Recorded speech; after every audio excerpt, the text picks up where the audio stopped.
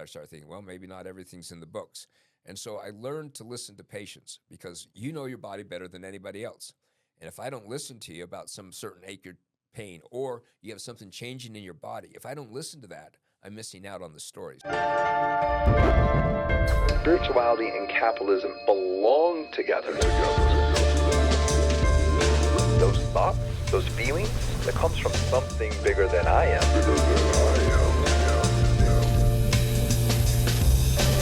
And together I believe we can all grow. That's how we're going to change the world. That's how we're going to change the planet.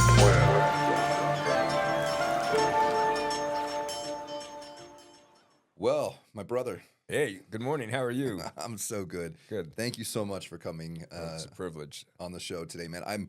I can't tell you how excited I am about this. This is something I feel has been in the works for a very long time. You and I'm a very inquisitive person since the moment we have met. I have learned so much from you. So just so that you guys know, I have Dr. Steve here today on The Spiritual Capitalist, and he is an MD. He is one of the smartest doctors I know and a man I trust with, well, one of the most viable things in the world, which is my own body and my own health. And so first, I just want to say thank you so much for your commitment. And I mean, just your commitment to people that you always, I've seen this now, oh man, I think it's probably been 6-7 years. Has been. But I've always seen you put people over profit. Correct. And I don't see that a lot with doctors. No, not anymore. It seems like it, isn't it? They're owned by other corporations, and so they're really they're being forced to do profit over patients, and it's not fun. It's not. No. We're seeing a lot of problems in that area. So no. And so the reason I'm going to, just so that you guys know, here on The Spiritual Capitalist, we're going to have Dr. Steve on once a month. He's going to be giving some tips and some tricks and different things that we can do to be able to make sure that we stay healthy, that we have good clarity in our mental abilities, and that we're able to stay strong, and we're really able to produce at the highest level possible, because there's a lot of people right now talking about longevity. And a lot of people talking about longevity are about, well, they're my age. They're 40-something years old. right. And yes, they're brilliant people, but at the same time, you are actually living longevity, and you're doing it well, and you're healthy, and you're enjoying life, and you're vibrant. And I see what you do with your practice, and I see all the people that you actually help on a daily basis. I love sitting in the office. I really, a long while ago, I decided after watching you, you inspired me so much that I thought, if I didn't do what I did now, if I didn't have a Kratom company, if I wasn't running The Spiritual Capitalist, if I wasn't involved in the AI and all these different things I love to do, I swear I would have went back to school and become an MD, but not from a perspective of just becoming an MD, but so I could do what you do. And I wish more people would take the time, the energy, the effort, and the care to truly care about people and help them, because you change lives. And I get choked up by it because I see how much you care about people. Yeah, that's true. It's priceless, isn't it? It really is. If you don't mind, man, I didn't realize I was going to get choked up on that one. That's okay. But I did, man. But if you don't mind, would you just give us a little bit of your backstory? Because you're an MD. You're not just doing, functional medicine. You do a lot of different things. Yeah, I had the benefit. I went to undergraduate school and got, a degree in chemistry, a bachelor's degree, and then went on and got a master's degree in community health as I was trying to get into medical school and changing positions at my time in my life at that time. I ended up going back to George Washington University, where I got into a doctoral program while I was waiting to get into medical school. I started doing it in public administration, healthcare policy. Said, well, if I don't go to medical school, which is my true love, I can at least get into that arena and do something in healthcare policy. So I was working on my doctorate, got into medical school back in George Washington, did 4 years. The other day I was joking with somebody, they wanted to know how long ago it was, and I said, well, I was the first one to see Ronald Reagan's x-ray when he got shot, so that tells you how long ago I was in medical school, when I was the first one to look at his x-ray with a ricocheted bullet.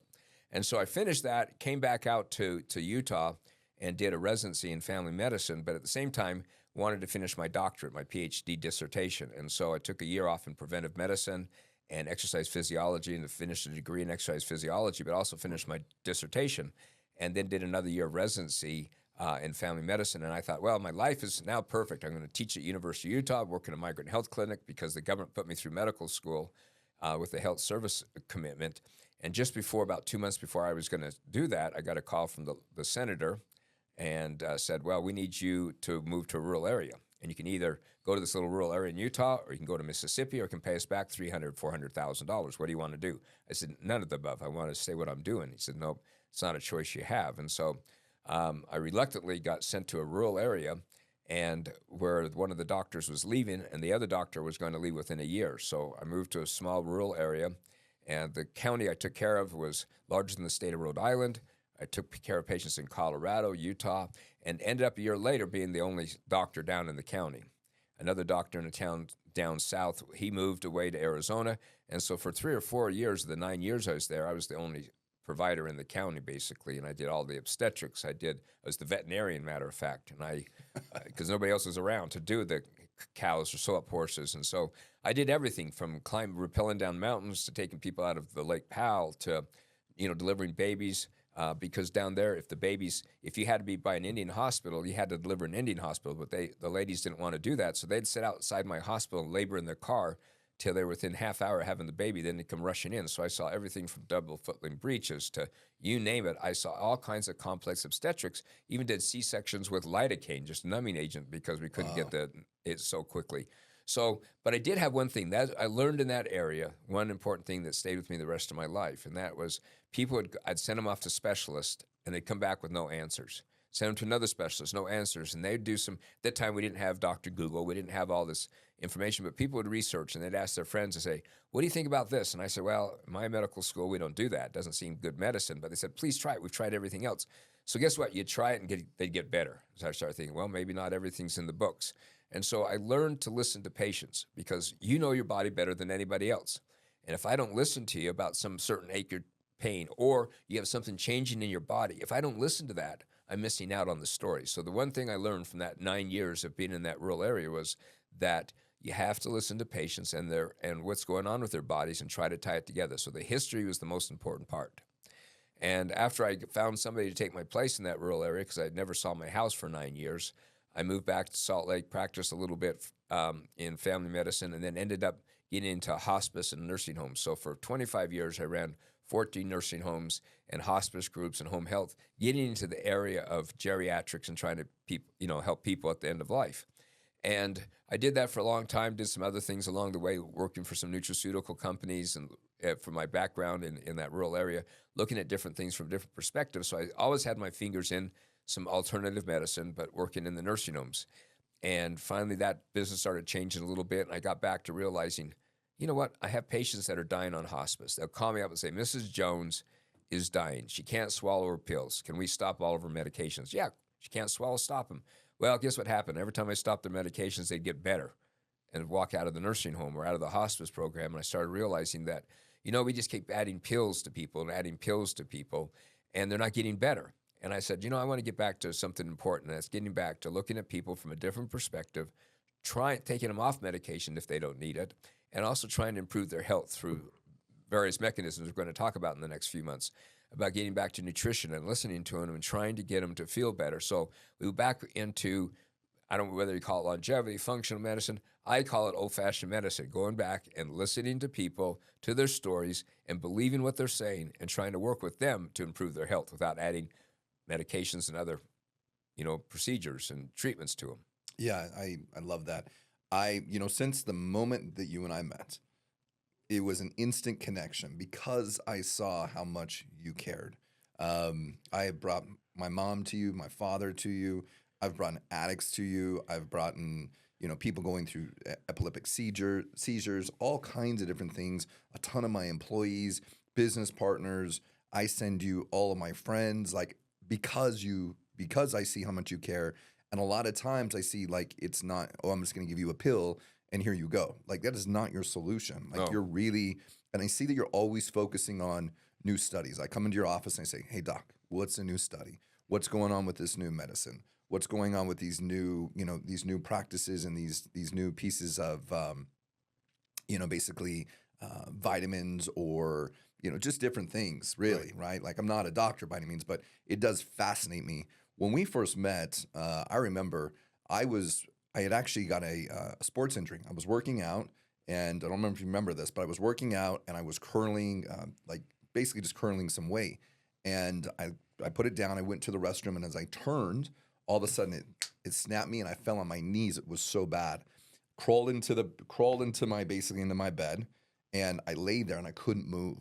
And every time I would try to move, I basically would almost pass out, and like almost puking, passing out. Right. So eventually, it took me throughout most of the day. I remember like finding a jar and having to piss in it because, well, I couldn't move. Right. And then eventually I was able to get myself up. I put a weight belt on, strapped that sucker on, and pulled myself out of bed, almost passed out. But a friend of ours contacted me and said, hey, listen, you need to see this guy, Dr. Steve. And I was like, who is that? And so he ended up bringing me down to your office. And I remember thinking I had broke a rib, or I was having some problems with like blood clots or something like that. And I remember you took and you said, well, it's going to hurt a little bit. I'm like, what are you going to do? And I had heard of ozone before, right? Correct. I went down to Mexico because I had a family member that was addicted to drugs, and I wanted to find out if we could use ozone, because it wasn't legal here in the States at the time, if we could use ozone to get them off it, or amino acids. Right. Long story short, I remember sitting with you, and you took ozone, first time I'd ever had this done before, and you took the ozone and you put it in my back.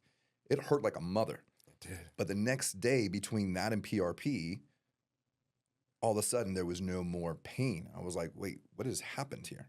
And then I went way deep down into about 7-8 years ago into peptides and, BP157 and all of these different types of alternative medicine. Right. That to me seems to be a lot more proactive versus reactive, and helping keep the body moving forward. And so with you and I, it's always going back and forth for blood tests and trying to do everything I can to be able to make sure I can have the highest quality of life possible instead of on the reactive phase. Right.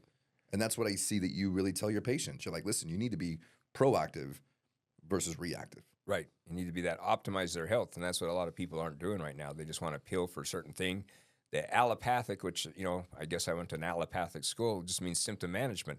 And that's the problem right now in medicine, is they're just treating symptoms with the pill, and they're not looking at other alternatives to try to get to the root cause, basically, and trying to stop it, and trying some simple things. Just because there's not money in something doesn't mean it's not good. And that's what we're seeing all the time. Like with ozone, there wasn't much money in ozone, but makes a big difference. I mean, I'm shocked. I wish I'd known about it years ago to help patients, but just a little gas can make a big difference. Or along with PRP, that platelet-rich plasma, which is what? Your own body, healing your own body, having the platelets from your body concentrated, and then putting them into your body so that they go to work healing your body and bringing all those natural factors to healing you So up. for those people that don't know what PRP is, will you explain that just a little bit? Well, basically, PRP is platelet-rich plasma. So what we do, and I didn't know this, I went to medical school, they said platelets stop you bleeding. But then when I started researching it, looking into it more, you get the scab, okay? Well, when the scab comes off, boy, everything's healed up, right? The skin's there, the muscles are there, the nerves, everything's there. Well, the platelets are basically the conductor. They're up there saying, come in. They do 1,000 factors. They say, well, come in and build blood vessels, come in and build fat, come and build muscle, come and build the skin. They heal everything. And so when I have them in your body, they're always healing in your body. We just thought they stopped the bleeding. That's not their job. They have thousands of different jobs. So if we take them out of your body and concentrate them and put them in a spinner, a centrifuge, and concentrate it 8 to 9 fold, and put them into an area, whether it's into a joint or into a muscle or wherever, or hair or wherever we're putting it, it stimulates the body 9 times fold to start putting all those factors to heal it up. So it's actually bringing all our natural factors to that particular area to heal it up.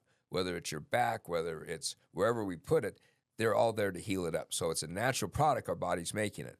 There's some people call it the poor man's stem cells because, stem cells is probably another level above PRP, but platelet-rich plasma really is very effective in healing our body because it's a natural product that we have. Our body makes it. They make the platelets. And so... Yeah, it's interesting. I remember when the first time you did that for me is you took my blood out, and you put it into a syringe, and then you put it into the spinner. Centrifuge, right. Right, the centrifuge.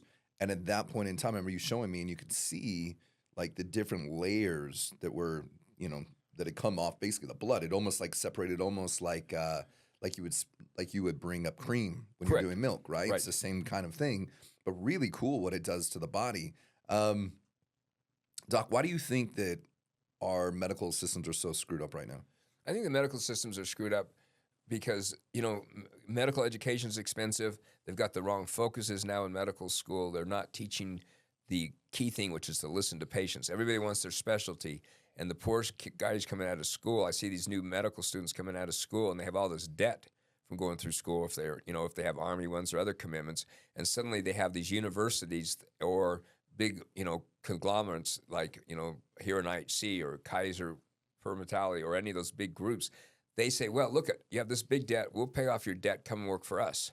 And the unfortunate thing is they start working for these big groups, and suddenly, guess what? They don't know what to do. They don't know how to manage an office. They've never managed an office staff. They don't know how to buy supplies. All they have to do is go see a patient and prescribe them. Out the door they go. And then suddenly the administrator starts saying, well, you only have 5 minutes to spend with this patient because you need to see more patients. Or you can't order these lab tests because it costs us too much money. We'll dock your pay if we do that. And so you're seeing these poor medical students and doctors getting into medicine for a good reason because they want to help people, but suddenly they can't because the administrators are telling them what they can do and can't do. And what can you learn from a patient in 5 minutes? Nothing. And patients, sort of it's responsibility on patients too, because they go in and say, I want something for this problem. And if you don't ever say to them, well, change the way you eat or change something this way and don't give them anything, they think they didn't get their money's worth. And so part of it's our problem as consumers demanding that we get a product every time. But I think the system is that they're forcing these poor doctors to see a lot of patients in a short period of time for the sake of money.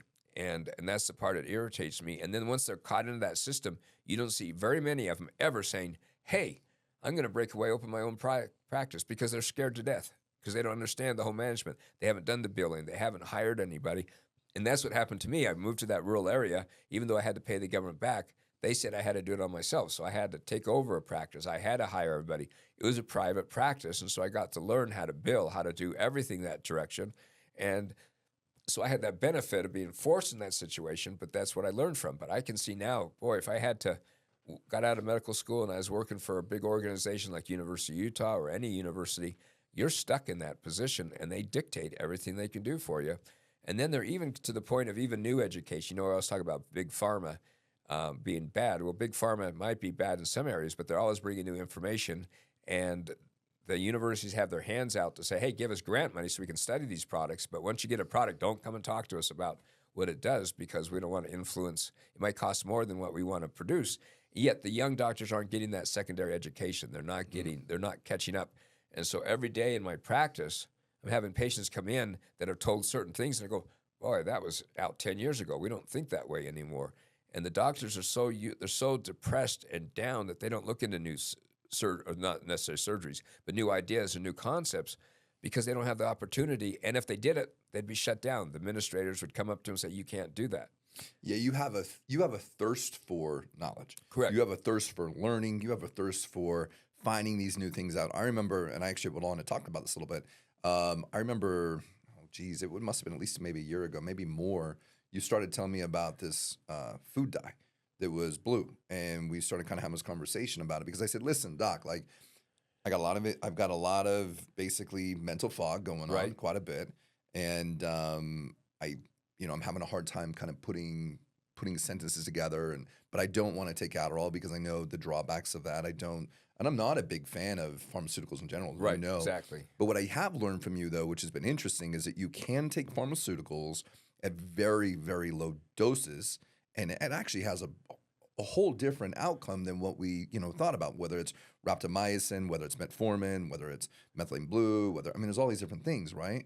So will you do me a favor and just share with people like what methylene and blue is? Because I've had a lot of people recently say, what is it? What is this stuff that you're taking, and why does it turn your urine blue, right? Like, you look like you've been basically pissing out, Kool-Aid. Yeah, you're right. You turned into the Smurf Club. Exactly. So interesting, methylene blue was actually a synthetic dye. It came from rocks back in the 1890s when they were looking for different dyes for different items. They found that they were giving it to soldiers during World War I, and they started getting rid of urinary tract infections and prostate infections, and matter of fact, it killed malaria. And so they started getting a lot of benefits. To make a long story short, they started purifying it down the line, and over the years it turned into chloroquine or hydroxychloroquine, which is the pharmaceutical version of methylene blue. But back then they used it as to prevent urinary tract infections and prostate infections. They found that it killed a lot of microorganisms. And so the military really liked it, but then, penicillin came along and other things came along, and it started losing its favor. It's just a dye. It's what dyes your pants blue, is what we use for aquariums to clean them up. But methylene blue, when I was using it years ago in shock trauma units, like in an ICU when someone had brain, bad brain injury or a cardiac shock, we'd give them IV methylene blue to help with the brain fog and regenerate it. And I started realizing, wow, what is that? And so when I started seeing patients post-COVID that had the brain fog and couldn't put things together, I said, let me try some IV methylene blue from years ago. People would come back, hey, we're feeling better. What? Let's try it again. I'm feeling better. My brain fog's going away. I can go back to work now. And I started researching it and found out that methylene blue was the only substance that actually can bring oxygen into the mitochondria and take all the toxins out of the mitochondria. So every cell in our body has mitochondria in it except for red blood cells. And we use methylene blue, interesting enough. It's still FDA approved in the hospitals for carbon monoxide poisoning and arsenic poisoning because it takes all the toxins out of the body and increases the health of the mitochondria. So if everything in our body, especially in our brain, we have more mitochondria in our brain because that's what produces all our energy, the ATP and all of that. If we have them there, we need to get the methylene blue, which brings oxygen into the cells, into the mitochondria, takes all those reactive oxygen species out. So it's the only substance actually that brings good things into the cells, into the mitochondria, and takes out all the toxins. So I started researching it more and realizing, wow, this has got a lot of potential because it was helping the mitochondria health, getting rid of inflammation. It's also an anti-inflammatory as well as a redox substance. And so it also kills all microorganisms. And so I have a dye that suddenly can help people feel better, but it's really going to the root cause, and that's improving mitochondria health and helping stop inflammation. So, I started using it in more, different formulations just to help people get rid of the brain fog, but also know that we can get rid of urinary tract infections with it, can get rid of infections with it. They've used it in the Congo for malaria. Within weeks, they have cured malaria with it. With what? A dye. Wow. And so people say if they use the wrong one, you don't go to get the dye that you use for your pants or one you use in an aquarium, but if you get the right USP version of it, the pharmaceutical approved version of methylene blue, it really makes a difference in your body in getting in and repairing the mitochondria, which is our engines. It's everything that makes us work every day, that makes all of our ATP and all of our energy is mitochondria. And if we have bad mitochondria health, that's the bottom of all chronic illnesses. And so methylene blue is just something to me. Again, it's cheap, it's inexpensive, but boy, if you can go in there and correct those problems, that's what I want it to do. Do you think that stuff helps with things like dementia, things like you were saying that you said it's onset, basically the COVID, the COVID brain that we've talked about a lot of times. Right. Is there any drawbacks from it? We've not seen, except the one thing that you have to tell people, they might turn their urine blue. Right. But it's hurting. It's helping repair the liver. It's helping stop bladder infections. It's healing everything. So that blue is not a real problem. And so we're finding it's helping with dementia. We're helping it. The big thing that you mentioned is people who've been on Adderall or have that attention deficit or problems where their minds just go in every direction. Methylene blue is bringing them to focus. I remember I talked to an editor a few weeks ago, and he said, what do you want to talk about? I said, well, methylene blue. He said, oh, it sounds crazy. And I said, try it. I called him a week later, and he says, wow, I'm trying to figure out, my staff is wondering why I'm coming to meetings on time, why my desk is cleared off, and all my projects are done. Because it helps you focus, but it's giving you that energy, that extra energy that we need. And in this world, our biggest complaint from people is what? Chronic fatigue. We're fighting all these toxins in the environment, whether it's from foods or environment, and they're killing our mitochondria. And whether it's in kids or whether it's in adults, it's killing the mitochondria. We don't have that energy. And if you can take a substance that has no real and there's a couple of things you can't take with it, and that's if you have a G6P deficiency, which is a hereditary thing. You'd know if you had it. And then there's some people that say you can't take it if you have on SSRIs, which is an antidepressant. If you're in high doses, you need to check with your doctor. But at low doses, methylene blue is actually an MAO inhibitor. It's an antidepressant, anti-anxiety medication. So there's really no precautions with it, and we're using it in young kids to help them focus in school instead of, hey, here's some Strattera, here's some Adderall, here's some Ritalin. Hey, how about some methylene blue? You have at least blue urine, but you can focus better without taking a chemical in your body. It's interesting. You said something that I've been watching a lot lately. We have a lot of places right now in the country. I should say we have Portland. I know Canada's looking at some other places where we're legalizing all drugs, right? And so from my perspective, I thought this would be a great thing. I'm like, you know what? We legalize all drugs. We give people access to what they need and so on. But what I didn't take in consideration is that a lot of generations, a lot of the youth have been so used to being drugged up all the time. You know what I mean? From a perspective of like, listen, your kid doesn't learn well in school. They're disrupted. They're all over the place, which, by the way, that was me. Right. And I remember my grandfather saying, I don't know, like, that's normal for a child to be creative, wanting to be outside, not paying attention to boring things. Like, what are you talking about? Now you want to give them a pill? And so for a while, I remember taking it wasn't Adderall, it was a Ritalin when I was a Ritalin, right, kid, right? I right. mean, like, but it numbed me out. But I know so many people that they've been on Ritalin, they've been on Sotera, they've been on Adderall and those things. And for me, when I took Adderall, and I told you this before, it was as if all the puzzle pieces kind of came together in my head. Now I know I'm ADD, like and I know Right. you're a little bit ADD too, right?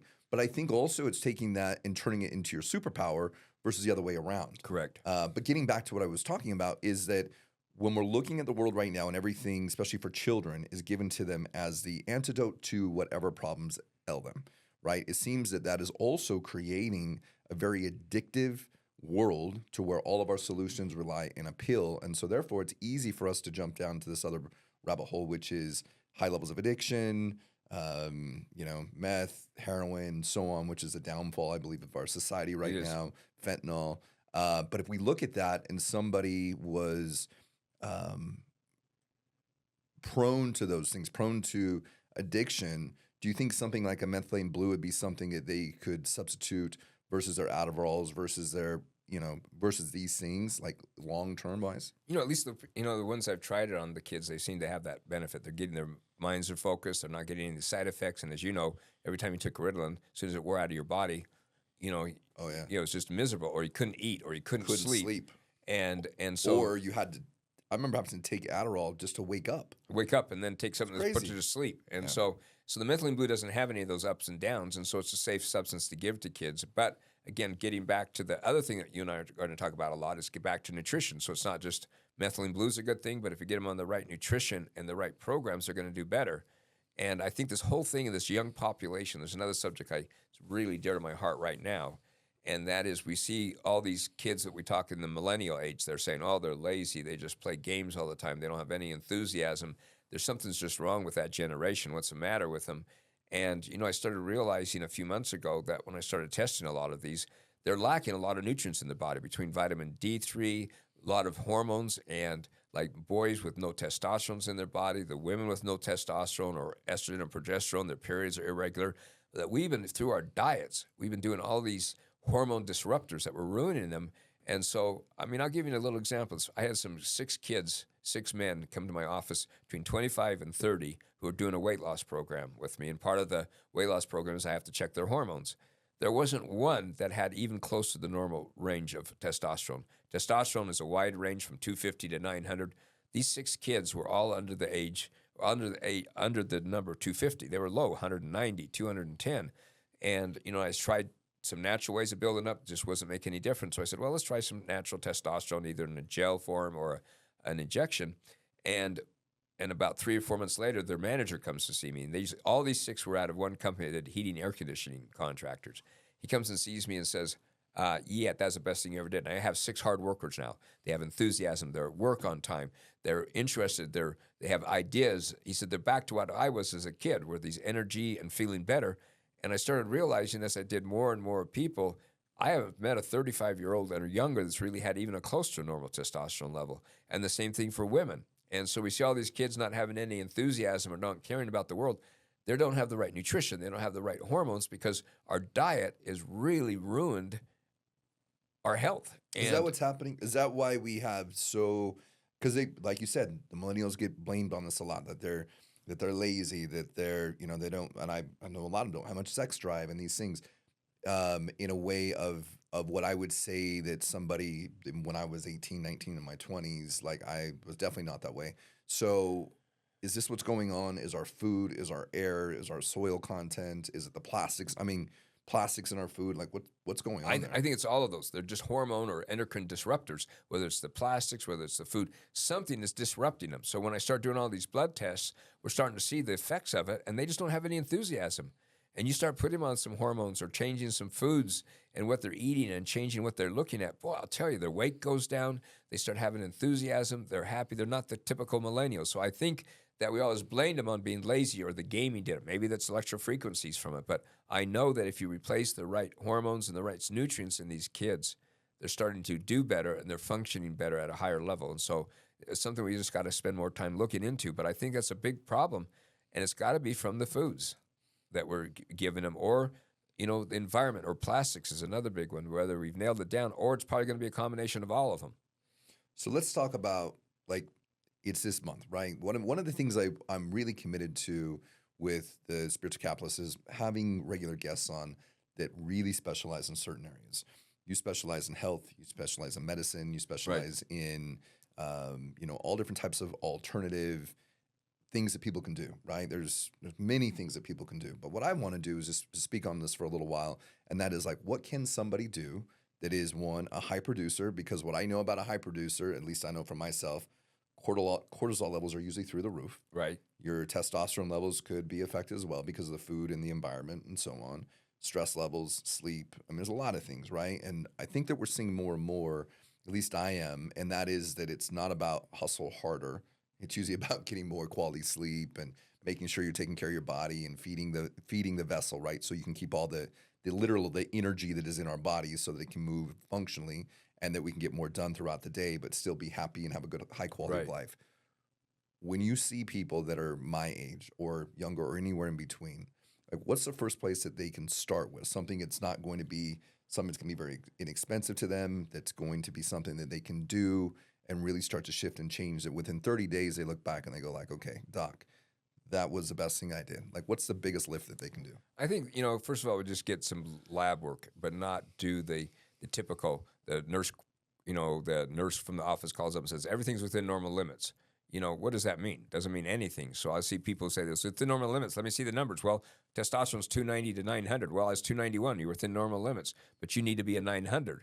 And so blood work is important to get, and to have someone look at you and listen to your symptoms and correlate it with blood work and get it on the right nutrients. Like vitamin D right now is a big one, that people don't have enough vitamin D3 in their body, which is a big factor that gets rid of a lot of, How much, let's go back a little bit. So on the blood test, what is a blood test they should take first? I think they just the regular CBC to make sure they're not anemic, which will give you a lot of information, and their platelets and the types of cells. If they're low, they worry about viruses, and we can go down that area if that's there. If it's high, look for bacterial infections. You get a comprehensive metabolic profile, which looks at their their liver and their kidneys and their nutrients and all of those items. That helps me decide what's going on in your body. You're hurting your liver, you're hurting your kidneys.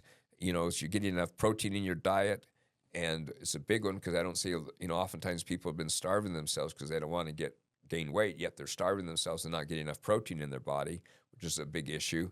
And then, I look at high sensitivity CRP. It's a inflammation test inside the arteries to see how much inflammation is in their body, because you and I will be talking about this further, but inflammation is the root cause for most chronic illnesses. So we check the inflammation from the high sensitivity CRP. I'll get a vitamin D level, B12, maybe a magnesium level, especially for sleep. And then get their hormone levels, men on testosterone free in total. Sometimes we'll do some more specialized tests. Women, all their estrogen, progesterone, testosterones at that time. And then another big one we see is a lot with thyroid, because we're seeing a lot of the environmental things are killing people's thyroids. And so if you get those simple tests and you try to optimize them. So do you feel better at this level? No, I don't feel good. Well, maybe we need to go up a little bit higher. We don't want to get them too high, but we optimize their levels until they start feeling better. Those within a month. Most people, especially in their 30s and 40s, men and women, both start saying, wow, I've got energy. We thought life ended at 40, and now we realize there's more to life than just, walking around all day, because we've got the right nutrients into them, whether it's vitamin D, whether it's some hormones, or saying, well, you've hurt your liver, you got to stop eating, this product or that. Some people, again, look at cholesterols. I look at a specialized cholesterol called a direct LDL, which is the free radical cholesterol, because that's what seems to cause harm in patients. And if you look at those levels and optimize them, people within a month will start feeling a lot better without even spending that much money. The blood tests don't cost that much money. Yeah, I know. And how often should someone take a blood test? Well, when at least I'm biased because I want people to be optimized. So when I'm starting them on new hormones or things like that every 3 months for maybe 6 months to a year, then after that every 6 months, just to make sure things are changing. Because I can see someone have a normal level, let's say of testosterone or something else, and suddenly just drops off one day. And so every 6 months to a year, I check on people to make sure they're doing well. And then I know that this is something you're working on, so I don't know if it's done or not. I know you've been working with some compound pharmacies and putting these things together. A lot of people don't want to take shots when it comes to testosterone, right? Right. They're like, oh, okay, great, I got to take this needle out, which, by the way, like I take testosterone as well. It really changed my life. But, it doesn't really, it's not that big of a deal. But people are intimidated by it. Have you found any alternatives to be able to help people so that Well, they can? yeah, at least in my town, I luckily had a skin chemist make me a new gel. And I have one pharmacy in Utah right now that's putting the testosterone into that gel. And I did it for a month and kept my scores at 900 for a whole month, just using a little bit of gel on my arm every day. So for those people that are really paranoid, we're able to do that. There's some people, men can't take it as a pill form because you can't get it high enough. So it's either this new gel that we're using, some of the stuff that's been on the market just doesn't get the levels high enough. And so this new gel that we're using, hopefully we can get out more and more, we'll get those levels up. I love it. So right now, people at home can get their blood test done first, right? And then if their testosterone's a certain level, they can take care of those things as well, obviously with gels or with different forms of injectables. And then the other question I had for you too, we talked about vitamin D a little bit. When someone is low on vitamin D, like what do they experience? Because I don't think a lot of people recognize that in the winter months, a lot of people are very low on vitamin D. And every time I say to somebody, well, your labs say you're low in vitamin D, and I hate to say that's the only thing you need. It's like I'm sort of embarrassed about it. But, man, the more I do that, the more I realize people come back. A lady a few months ago came in with numbness in both of her hands and her feet, and she was so confused, and she had a very low vitamin D level. All we changed was put her on vitamin D. She comes back a month later and says, everything's gone. All my symptoms are gone. I can't believe how good I felt from just taking vitamin D. And I've done that for a few patients and realized it does make a difference. It's that you have to have a lot of these vitamins that are sort of the basis for all the chemical reactions in our body. And if you're lacking one, nothing else works along the cascade. And so vitamin D3 is a big one, and vitamin B12 is a big one. And those need to be optimized before we even go to different levels on things. But I'm shocked at how well people feel, especially during the winter months, that they don't have the vitamin D in their body. Very low. It's interesting. One of the things I recalled just now when you were talking about that, when we first met, I was taking all kinds of vitamins and pills and capsules and this and that, thinking I was doing the best I could for my body, but yet I had never went and did the whole blood test to see what my vitamin levels were, where I was at, what I was deficient in. Because, if you're eating grass-fed meats and doing those things, there's a lot of nutrients you're already getting in your food. If you're not eating a lot of processed food and a lot of sugars and, all that really junk food. But if you're doing those things, a lot of times you'll have a lot of those nutrients in your body. And so a lot of people are spending a lot of money on vitamins and pills and all kinds of promises, and they're not really getting a whole lot of benefits out of them. And you told me a while ago, you said, listen, stop everything, get your blood test done, and you're probably going to be one or two things, which one of them was vitamin D, and a handful of other things that really kind of help keep the body moving in a functional way. Also, I do take Methylene and Blue, and I love it because it does help me think. It does help. It gives me energy. It does process some things. And this is not some paid infomercial, so just so people are wondering, but these are things I actually use. And so I know a lot of people don't have access to those. Let me ask you this. This is something I was thinking about. If we were to have our listeners so that they could, I didn't even ask you about this before, but they could go to our website and they could say, okay, listen, doc, can you help me either get my blood test or I have my blood test? Are you willing to, if they're in different states, can you still help them if they're not in Utah? We can still help them a little bit right now. We're going to see what happens in November with the change in law, but right now we can. Okay. And then oftentimes just to give advice, we can do that, if I'm not prescribing a lot of things. What's happening in November? Well, of course, they said that they did these new telemedicine laws based on COVID, and the rules are supposed to come up in November to say if they're going to continue. And some states say, hey, we want you to have a license in our state before you can even do telemedicine because they want, quote, the money and the control. And so a lot of states don't care. Some of them have telemedicine licenses now instead of trying to get certified in every state. So they just say November is when that law is supposed to be up that you can prescribe in every state, at least some of the things, But if not, if I can give advice and then say, hey, go see your regular primary care and ask them this question, at least they'll have some better information than just saying, hey, I learned this from Dr. Google. I learned it from somebody else, and I need these items to help me feel better. Perfect. Because like you say, I have people bring in bags full of medicines or vitamins, and it's like, man, all they have is expensive urine. Because I look at all the labels, like half the stuff is in this bottle, which is in this bottle, and they've heard this story. And people just love to keep taking more and more things. They never take things away.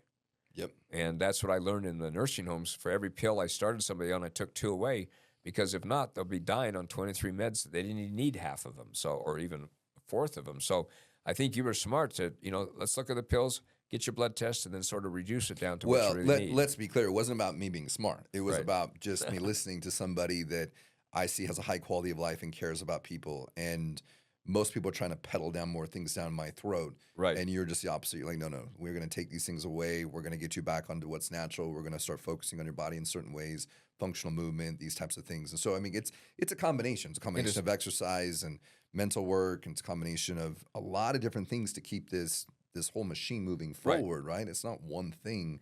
But what I would say to the listeners, like, if you've got a great doctor that will listen to you and that they'll, help you with your blood tests and they know what they're talking about, I would say to do that. But if not, if you're open to it and you want to, you're more than willing to go to our website and find Dr. Steve there. And then from there, he can help you with your blood tests, and you guys can start to kind of go down that path. Or if you're in Utah, definitely can visit him out this way. Anything else that you'd want to leave with the listeners? No, I think just as we go through this next few months, again, like you mentioned, nutrition is the key thing, because a lot of times we can get the right nutrients in our food. We don't need all these extra things. If we're taking care of our bodies, getting the sleep, getting the right foods, doing the spirituality, that's what you're having with your website, is a combination of all those together to get our health. And so hopefully the next few months we'll learn some more tips and ideas to try to pull it together so that we can age gracefully, but also just live longer and be happier every day. And that's my goal with patients. I love it. I mean, really, for me, when I look at wealth, real wealth, if we don't have wealth in the body, we can't move, we're not functional, we can't think, we have nothing. It doesn't matter how much really we have as human beings. If we don't have that one key component, we really don't have a whole lot. You're right. And so for me, it's like real wealth comes from a lot of different perspectives, which is in our bodies, in our minds, in our spirit, in our communities, in our impact. Those things really matter. Doc, if you could be remembered for one thing, what would it be? That I cared about people and cared about my family, and that I was able to give them to make some little changes in their life that improve their overall well-being. That's the most important part to me. I love it, man. What does spiritual capitalism mean to you? People always talk about capitalism, and I see capitalism as just progression, being forward and thinking without being restriction. You have the spirituality with it, what we all need. So we have this combination of thinking forward and getting the whole universe to come within you and be a developed person, it's not about money. This capitalism is about just feeling better, like we've talked about, and combining them all together is what we're looking toward. Absolutely.